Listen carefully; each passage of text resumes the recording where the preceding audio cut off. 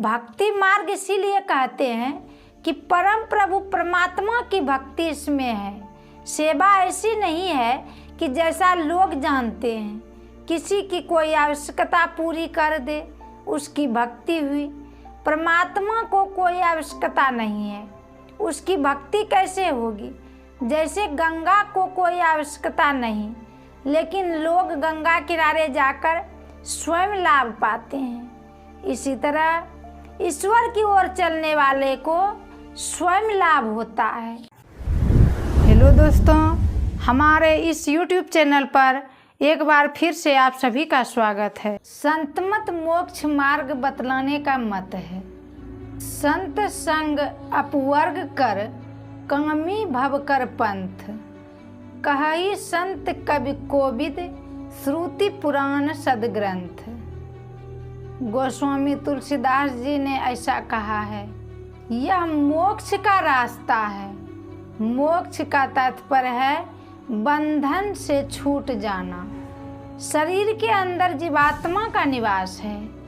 शरीर संसार में रहता है तो संसार भी बंधन है, शरीर और इंद्रियां भी बंधन है।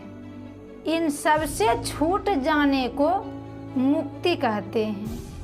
इनमें बंधे रहने से जीवात्मा कल्याण नहीं पाता, चैन नहीं पाता और इनमें शांति नहीं मिलती। संतों ने कल्याणकारी मार्ग बताया।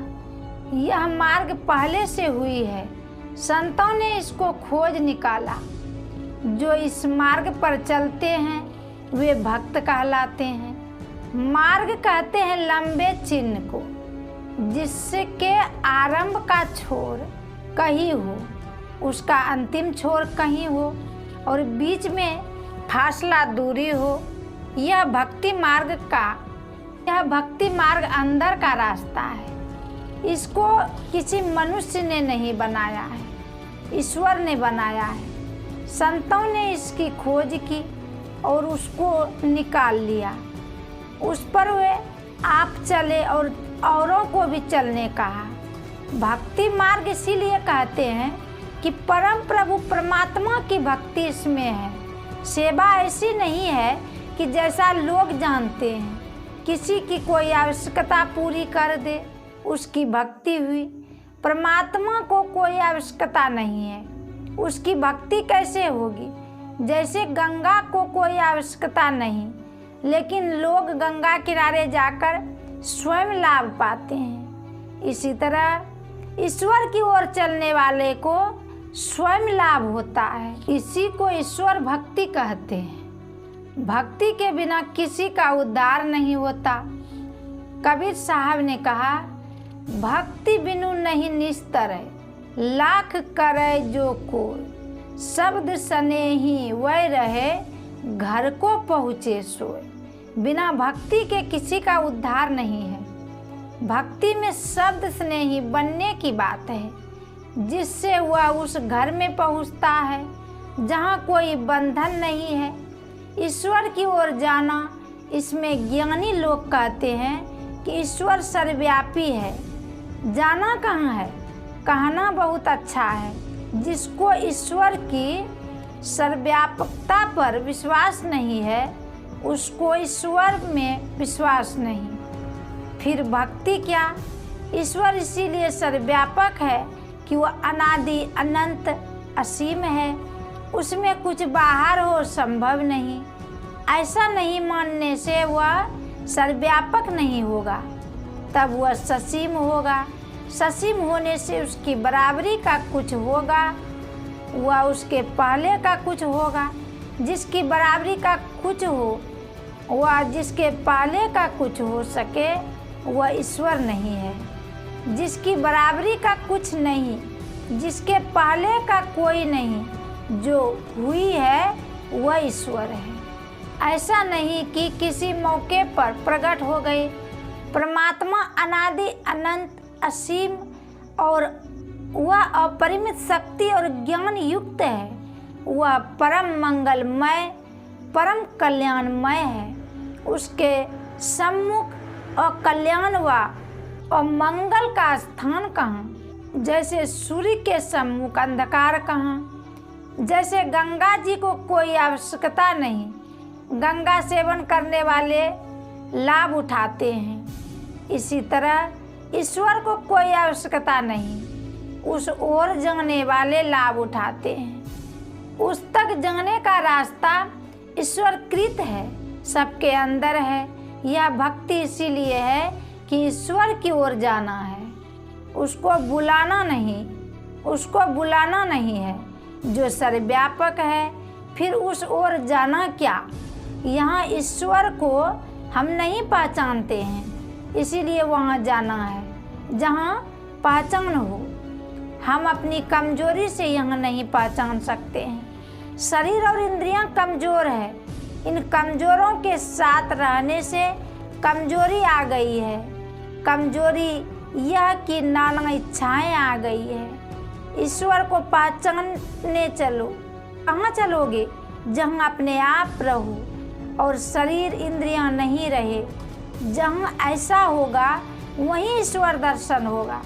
ईश्वर का दर्शन शरीर के साथ रहने से, इंद्रियां के साथ रहने से नहीं होगा। शरीर इंद्रियां से छूटकर रहने पर ईश्वर दर्शन होता है। अपने को शरीर इंद्रियां से छुड़ाना है, वहाँ जाना है जहाँ शरीर इंद्रिय छूटे। जिस घर में कोई रहता है उस घर को छोड़ने के लिए पहले घर के अंदर चलना होगा, फिर घर की सीमा से बाहर होना होगा। शरीर से छूटने के लिए शरीर के अंदर चलना होगा।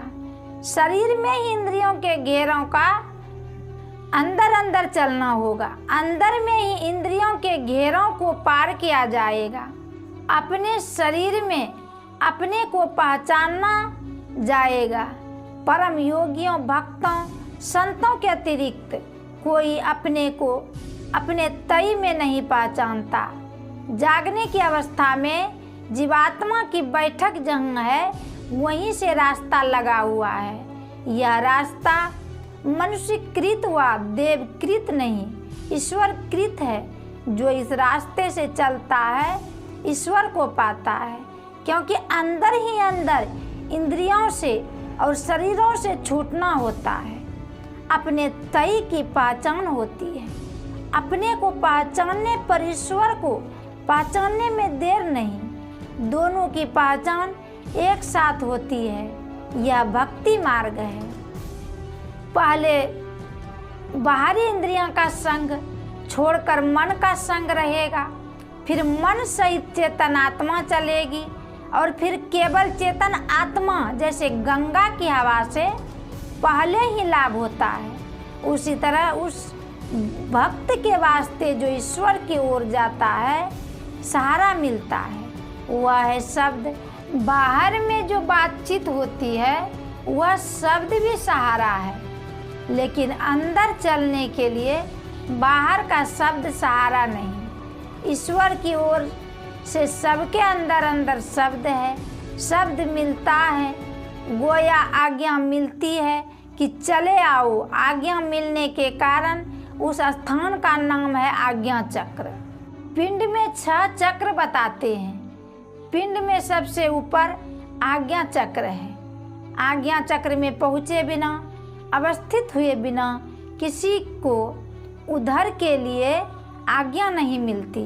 शब्द के बारे में मैंने तो यही समझ रखा है कि ईश्वर के लिए जितने चिन्ह और प्रतीक लोगों ने अपनाए हैं उन सब में श्रेष्ठ शब्द है। देवरूप, ईश्वर कोटि के देवरूप, महात्मा रूप इत्यादि बहुत से चिन्ह लोग लेते हैं। ईश्वर की ओर अपने को फिराने के लिए इनमें शब्द सबसे बढ़कर है।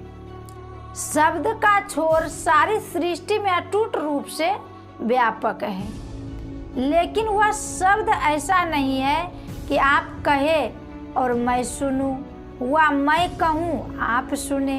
वह वर्णात्मक नहीं, ध्वन्यात्मक। उन ध्वनियों को मालूम करने की विधि संत लोग बतला गए हैं। ईश्वर के लिए जितने भी प्रभावशाली चिन्ह लिए जाए, शब्द से बढ़कर कोई नहीं। संसार से शब्द को हटा लीजिए, कोई कारोबार नहीं चलेगा, बोलना लिखना बंद हो जाएगा। शब्द को मुंह से कहकर जाहिर करते हैं, वह लिख कर। बोलने के सभी संकेतों को बंद कर दीजिए, सभी काम खत्म हो जाएंगे। शब्द से हीन संसार रहने योग्य नहीं है। शब्द कंपनमय होता है और कंपन शब्दमय होता है। यह संसार कंपन से बना है। कंपन को शब्द से और शब्द को कंपन से हटाया जाए नहीं हो सकता।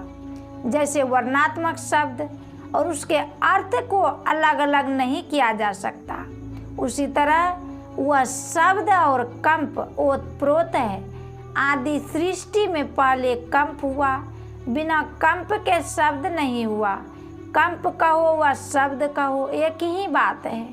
जिस पिंड के निर्माण गो के लिए जो कंप हुआ शब्द होता है, वह कंप उसके कण कण में मौजूद रहता है। गंगा की ओर जाओ, जाते जाते गंगा की हवा मिलती है। उसी तरह ईश्वर की ओर जाओ, ईश्वर का सहारा सर्वत्र है, वह मिलेगा, किंतु लोग पकड़ नहीं सकते। यही बड़ाई शब्द की, जैसे चुंबक भार बिना शब्द नहीं उभरे, केता करे उपाय। जैसे चुंबक लोहे को अपने केंद्र में खींचता है, वैसे ही शब्द के पकड़ने वाले को शब्द अपने केंद्र में खींच लेता है। चुंबक सत शब्द है भाई, चुंबक शब्द लोक ले जाई। ले निकारी होई नहीं पीरा, सत शब्द जो बसे शरीरा। भक्ति में ईश्वर की ओर से जो सहारा है, शब्द उसको पकड़ना चाहिए।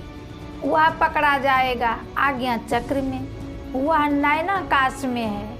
ईश्वर की ओर से एक इशारा दिया गया है कि शब्द कब पकड़ सकते हैं। यह आसमान ईश्वर की ओर से है, उसमें बिजली चमकती है, तब आवाज़ आती है।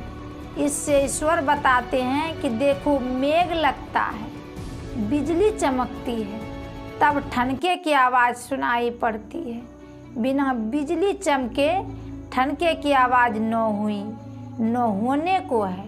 तुम्हारे अंदर भी ज्योति है, बिजली है और आवाज़ है। पहले दर्जे में शब्द है, दूसरे दर्जे में ज्योति। शब्द उपासना तब करोगे जब ज्योति पकड़ोगे, और जब ज्योति तब पकड़ोगे जब बिंदु प्राप्त करोगे। विद्वान जानते हैं कि बिंदु मन से बनाया नहीं जा सकता, इसीलिए उपनिषदकार ने परम बिंदु कहा है। रेखा गणित के हिसाब के लिए जो जो बिंदु बिंदु मानते हैं, वह कितने बिंदुओं से भरा है ठिकाना नहीं। बीजाक्षरम परम बिंदु नादम तस्योपरि स्थितम, सशब्द चारक्षे छिने निशब्दम परम पदम। एक ही श्लोक में सब कह दिया गया। कबीर साहब ने बिंदु को तिल कहा। जो कोई निर्गुण दर्शन पावे, प्रथमे सुरति जमावे तिल पर, मूल मंत्र गहिलावे। गगन गराजे दामिनी चमके, अनहद नाद बजावे। आपकी अभी बैठक आँख में है, स्वप्न में आप कंठ में होते हैं, और गहरी नींद में हृदय में। ईश्वर की ओर जाने के लिए आँख से ऊपर जाएंगे, क्या सहारा मिलता है। बिंदु को कोई मन से बनाने लगेगा नहीं होगा, उसको कोई स्थूल दृष्टि से नहीं देख सकता, सूक्ष्म दृष्टि से देख सकता है। सूक्ष्म दृष्टि के बाद शब्द साधना करता है तो ईश्वर की ओर जाने की सड़क पर चढ़ जाता है। वह बाहर बाहर नहीं, अंदर अंदर चलने का रास्ता है। इस स्थूल शरीर की लंबाई चौड़ाई अधिक नहीं है, फिर भी जो कोई अपने अंतर्वृत्ति को रखते हैं तो उनको पता चलता है कि जैसा संत कबीर साहब ने कहा है, कबीर काया समुद्र है, अंत न पावे कोई, मृतक होई के जो रहे, मानिक लाबै सोई। डॉक्टर लोग वर्षों पढ़ते हैं लेकिन वे बिल्कुल अचूक गए। ऐसा नहीं, यह तो स्थूल शरीर की बात है। सूक्ष्म और कारण के लिए तो कहना क्या है। जो अपनी वृत्तियों के अपने अंदर रखता है वह मृतक है, वही मानिक परखता है। यह अंदर अंदर जाने की बात है। जिस भक्ति में केवल बाहर ही बाहर दर्शन है, उससे जो मुक्ति मिलती है वह यथार्थ मुक्ति नहीं है। उससे जो स्वर्ग मिलता है उससे आवागमन का चक्र नहीं छूटता। किसी भी जड़ शरीर में रहना आवागमन का कारण है। जिसने शरीर और इंद्रियों से अपने को अलग किया, उसने अपने को पाया, ईश्वर को पाया, मुक्ति पाई। इसके अतिरिक्त कितना हूँ कुछ दर्शन हो, पूर्ण कल्याण नहीं। इतिहास पुराण पढ़कर देख लीजिए। आवागमन से छूटने के लिए अंदर के रास्ते पर चलिए। मिट्टी पर रहने से मिट्टी मार्ग है, उसी तरह ज्योति में रहने पर ज्योति का रास्ता और शब्द में रहने से शब्द का रास्ता मिलता है। जैसे चिड़िया आकाश में उड़ती है वैसे ही आकाश में गमन होता है। यह विहंगम मार्ग ज्योति मार्ग है। फिर मीन मार्ग है, वह है शब्द मार्ग। इसी भक्ति का प्रचार इस सत्संग से होता है। कबीर साहब ने कहा था, भक्ति सतो गुरु आनी। बाहर बाहर में जो भक्ति है वही भक्ति बस नहीं है, भीतर भी चलना होगा। बाहर के दर्शनों से संसार का लाभ होगा लेकिन माया से छूट नहीं सकते। अंदर अंदर चलने पर जो दर्शन होगा वह माया नहीं, शरीर इंद्रियों से छूटकर जो दर्शन होगा वह स्वरूप का दर्शन होगा। ईश्वर की श्रेष्ठ विभूति ज्योति और शब्द है, इससे बढ़कर कोई विभूति नहीं। विराट रूप का दर्शन अर्जुन को दिया गया। बड़ा तेजोमय रूप था, हजारों सूर्य के समान उस रूप का तेज था और उसी से उपदेश भी मिला, गोया प्रकाश और शब्द भी मिला। विराट रूप में भयंकरता और सुंदरता दोनों रूप का मेल था। अर्जुन भयंकर रूप से डरता था। उस विराट रूप में से ज्योति निकाल लीजिए तो बिल्कुल अंधकारमय हो जाएगा। उसमें सुंदरता और सुंदरता कुछ नहीं रहेगी। विराट रूप का सबसे दर्शन हुआ, तब वह आश्चर्यमय रूप से आवाज हुई जिसको सुनकर अर्जुन को बिल्कुल भरोसा हो गया। बिना ज्योति के सुंदरता नहीं, और ज्योति हो शब्द नहीं, ऐसा नहीं। अंदर देखने के लिए दिव्य नेत्र चाहिए और सुनने के लिए अंतर्वृत्ति की दिव्य श्रवण शक्ति चाहिए। संतों ने इसका भेद बताया, इसको जानना चाहिए। पंडितों का वेद और संतों का भेद प्रसिद्ध है। पंडित बड़े विद्वान होते हैं और सभी साधु संत उतने पढ़े लिखे नहीं, लेकिन ऐसा भेद जानते हैं कि वे सभी विद्या जानने लगते हैं। यदि विद्या भी हो और भेद भी जान जाए तो कितना अच्छा हो। दोनों रखिए। इस सत्संग से यह समझाया जाता है, कबीर साहब ने कहा, भक्ति बीज विषय नहीं, जो जुग जाय अनंत। ऊंच नीच घर जन्म ले, तऊ संत को संत। भक्ति बीज पलटे नहीं, आए पड़े जो चोल। कंचन जो बिष्टा पड़े, घंटे न ताके मोल। भगवान श्री कृष्ण ने कहा है कि योग के आरंभ का नाश नहीं होता, इसका स्वल्प अभ्यास भी महाभय से बचाता है और इसका उल्टा परिणाम नहीं होता। लोगों को चाहिए कि भक्ति योग को जाने और करे नहीं तो क्या लाभ। इसीलिए जानो और करो तो कल्याण होगा। श्री सद्गुरु महाराज की जय।